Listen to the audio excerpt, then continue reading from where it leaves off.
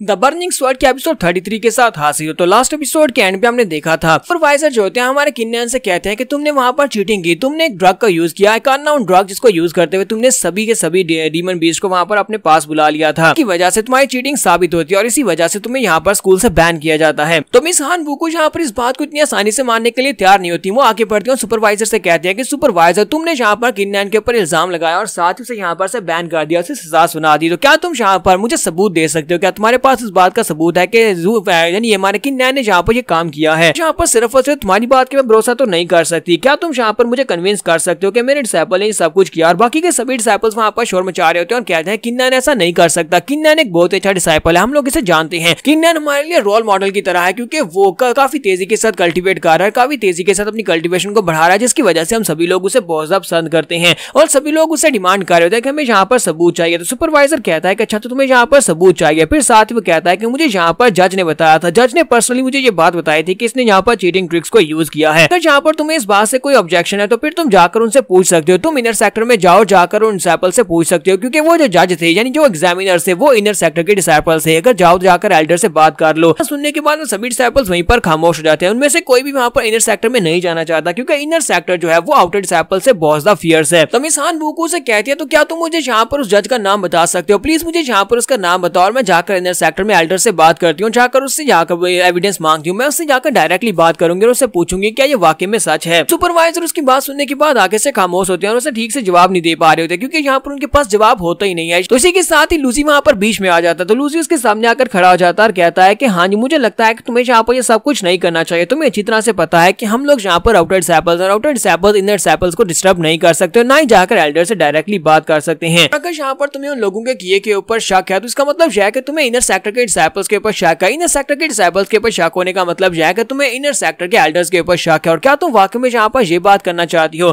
क्योंकि अगर inner sector के ऊपर शक करोगी तो मतलब तुम फायर सेक्टर के ऊपर शक कर रही हो और फायर सेक्टर के ऊपर शक करने का मतलब यह है कि तुम एक गद्दार हो और तुम्हें भी यहाँ पर यही सजा दी जाएगी। तो सुपरवाइजर कहते हैं हाँ इसने बिल्कुल ठीक कहा। ऐसा कि डीकन लू ने यहाँ पर कहा बिल्कुल ऐसा ही है। अगर तुम यहाँ पर उनकी डिसरिस्पेक्ट करोगी यानी कि एल्डर्स की डिसरिस्पेक्ट करोगी जो कि हमारे इनर सेक्टर के एल्डर्स हैं, तो फिर यहाँ पर मैं उनसे जाकर बात करूंगा और उनसे कहूंगा कि तुमने उनकी इंसल्ट किया और उसके बाद तुम्हें भी यहाँ से निकाल दिया जाएगा। तुम अपने प्यारे डिसाइपल किन्नन के साथ यहाँ से जा सकती हो। तो हान वुको वहीं पर खामोश हो जाती है। जबकि इसी के साथ ही ज़ी शिफैंग ग्रुप के एल्डर वहां पर पहुंच जाते हैं। तो वो लीडर वहां पर आते हैं और कहते हैं कि क्या तुम यहाँ पर हमें डराने की कोशिश कर रहे हो? क्या तुम्हें लगता है कि हान वुको को डराना इतना आसान है क्योंकि इसको बैक सपोर्ट मैं दे रहा हूँ? और इसी के साथ उसके मास्टर ज़ियोंग भी वहां पर आ जाते हैं। मास्टर ज़ियोंग कहते हैं कि तुम्हें क्या लगता है कि तुम यहाँ पर हमें डरा धमका सकते हो? क्योंकि यहाँ पर अगर फैसला तुम्हारे डिसाइपल्स के खिलाफ आया तो तुम यहाँ पर इस फैसले को मान क्यों नहीं रहे? मुझे लगता है कि तुम्हें यहाँ पर इस फैसले को मान लेना चाहिए क्योंकि तुम्हारे सेक्टर के तुम्हारे जो ग्रुप है तुम्हारे ग्रुप के एक डिसाइपल ने यहाँ पर चीटिंग की है। मुझे तो लगता है कि यहाँ पर तुम्हें तुम्हारी पोजीशन के ऊपर से भी हटा देना चाहिए। मास्टर जैन उसे कहते हैं कि मैं तो एल्डर्स के पास जाकर रहूंगा और जाकर एल्डर्स इस बारे में बात करूंगा। मैं उनसे पूछूंगा कि यहाँ पर चल क्या रहा है, वही यहाँ पर इंसाफ करेंगे क्योंकि तुम लोग बिल्कुल भी इंसाफ नहीं कर रहे। और इसी के साथ ही उन्हें साइड के ऊपर से आवाज आती है। हमारा किन्नन चलाकर कहते हैं बस बहुत हो गया, तुम लोग यहाँ पर मेरे लिए फाइट क्यों कर रहे हो? किसी को भी यहाँ पर मेरे लिए परेशान होने की जरूरत नहीं है। हमारा किन्नन कहता है कि मैंने तो सुना था कि फायर सेक्टर एक बहुत ही बड़ा सेक्टर है और जहाँ पर इस सेक्टर में हमेशा इंसाफ होता है। तुम सभी लोग यहाँ पर इंसाफ करते हो लेकिन तुम सभी लोग यहाँ पर सिर्फ और सिर्फ छोटे मोटे लोग हो जहाँ पर छोटी मोटी बातें कर रहे हो। मुझे लगता है कि तुम्हारा सेक्टर इस लायक नहीं है कि तुम लोग यहाँ पर मुझे अपने सेक्टर का डिसाइपल बना सको। इसी वजह से मैं तुम्हारे सेक्टर को छोड़कर जा रहा हूँ। और वो उनके टोकन को वहीं पर फेंक देता है और कहता है कि मैं यहाँ से जा रहा हूँ। तो जैसे हमारा किन्नन वहां पर से जा रहा होता है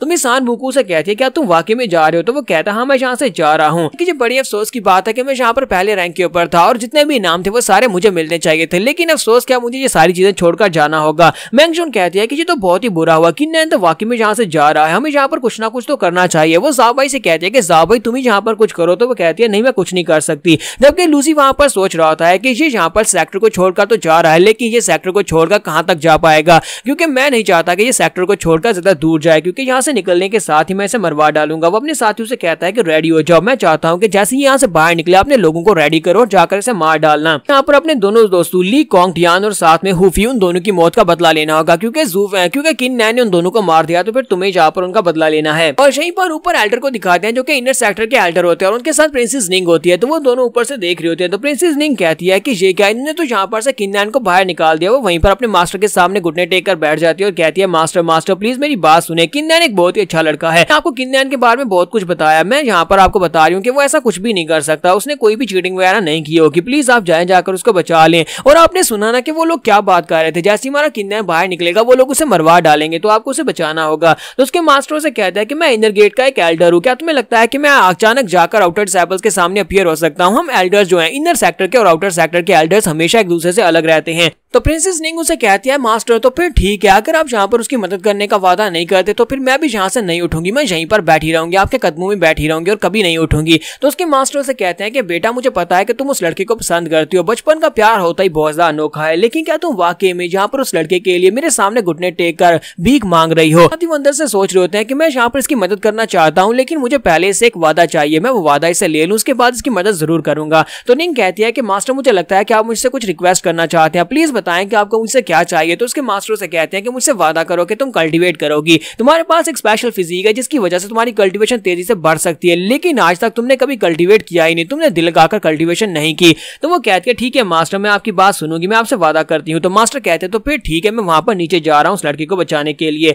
और इसी के साथ ही मास्टर वहां पर नीचे चले जाते हैं और नीचे जाने के बाद किन्नैन से कहते हैं किन्नैन यहीं पर रुक जाओ। किन्नैन उसकी तरफ देखता है और कहता है कि ये एक मास्टर जो क्लाउड्स के ऊपर उड़ रहा है और ऊपर से इसकी आवाज के अंदर दम है, इसका मतलब यह है कि ये एक एल्डर है, हो सकता है ये इनर सेक्टर का एल्डर हो। और बाकी के सभी लोग जब उसे देखते हैं वो कहते हैं ये तो एल्डर हैं, एल्डर यहाँ पर क्या कर रहे हैं? वो सभी लोग उसके सामने घुटने टेक देते हैं और उसे रिस्पेक्ट देते हैं। किन्नैन कहता है मुझे लगा ही था कि ये इनर सेक्टर का एक एल्डर हो सकता है। तो इनर सेक्टर का एक एल्डर यहाँ पर सभी लोग उसके सामने घुटने टेक कर बैठे हुए हैं, लेकिन हमारा किन्नैन उसके सामने घुटने नहीं टेकता। तो मास्टर उसके पास आते हैं और उसे कहते हैं कि मुझे ये बताओ कि तुम यहाँ पर मुझे रिस्पेक्ट क्यों नहीं दे रहे? मैं इनर सेक्टर का एक एल्डर हूँ और तुम यहाँ पर इनर सेक्टर के डिसाइपल हो, बाकी के सभी लोग घुटने टेक कर बैठे हैं, तुमने क्यों नहीं टेके? तुम्हारा किन्नैन उसे कहता है कि सबसे पहली बात तो यह है कि अब मैंने अपने फायर सेक्टर के टोकन को फेंक दिया और तुम लोगों ने मुझे निकाल दिया, तो इसका मतलब यह है कि मैं यहाँ का एक डिसाइपल नहीं हूँ, तो फिर मुझे किसी एल्डर को रिस्पेक्ट देने की जरूरत नहीं है। और दूसरी बात यह है कि मैं यहाँ पर तुम्हारे सामने अपने घुटने बिल्कुल भी नहीं टेकूंगा, क्योंकि तुम यहाँ पर एक एल्डर हो जो कि लॉज और रेगुलेशंस के मास्टर हो, यानी कि तुम्हें यहाँ पर लॉज और रेगुलेशंस को देखना होता है, लेकिन इसके बावजूद यहाँ पर इंसाफ नहीं हो रहा। मैं किन्नैन सिर्फ और सिर्फ उन्हीं लोगों को वर्शिप करता हूँ जो कि मेरे एल्डर्स हैं, या फिर जो लोग यहाँ पर लॉ एनफोर्समेंट को पूरा करते हैं, यानी कि जो कानून की पासदारी करते हैं, या फिर जो लोग अच्छे लोग होते हैं, सिर्फ उन्हीं को मैं यहाँ पर वर्शिप करता हूँ। तो एल्डर भी उसकी बात सुनने के बाद हंसना शुरू कर देते हैं और कहते हैं लड़के तुम काफी ज्यादा इंटरेस्टिंग हो, तुम तो वाकई में बहुत ज्यादा अच्छे हो। फिर साथ ही वो आगे बढ़ते हैं और कहते हैं कि लड़के अभी यहाँ पर इंसाफ हुआ नहीं है, अभी तो मैं यहाँ पर आया हूँ, तुम्हारा इंसाफ अभी होना बाकी है। मैं यहाँ पर तुमसे वादा करता हूँ कि तुम्हें इंसाफ मिलेगा, अपना टोकन उठाओ, यहाँ पर मेरे साथ वापस आओ, अभी तुम हमारे फायर सेक्टर के ही डिसाइपल हो। तुम्हारा किन्नैन कहता है ठीक है एल्डर, आपका बहुत बहुत शुक्रिया, ठीक है मैं यहाँ पर आपके इंसाफ का इंतजार करूंगा। एल्डर आगे बढ़ते हैं और सुपरवाइजर से कहते हैं कि सुपरवाइजर मुझे बताओ क्या तुम्हारे पास इस बात का कोई सबूत है कि किन्नैन ने चीटिंग की है? तो सुपरवाइजर बेचारा बहुत ज्यादा घबरा जाता है और कहता है कि वो तो जज ने मुझे इस बारे में बताया था, यानी जो एग्जामिनर था उसी ने आकर मुझे बताया था कि इसने चीटिंग की है। एल्डर उसे कहते हैं अगर ऐसी बात है तो फिर ठीक है, मैं यहाँ पर जजेस को बुला लेता हूँ। तो वो कहता है जल्दी से जाओ, वहाँ पर जो एग्जामिनर्स थे उन एग्जामिनर्स को यहाँ पर बुला कर लाया जाए। इस बात से लूसी बिल्कुल भी खुश दिखाई नहीं दे रहा होता और यहाँ पर हमारी एपिसोड 33 का एंड होता है। तो एपिसोड की एक्सप्लेनेशन अच्छी लगी हो तो कमेंट करके जरूर बताइएगा, चैनल को सब्सक्राइब कर दें, वीडियो को लाइक और शेयर कर दें। शुक्रिया।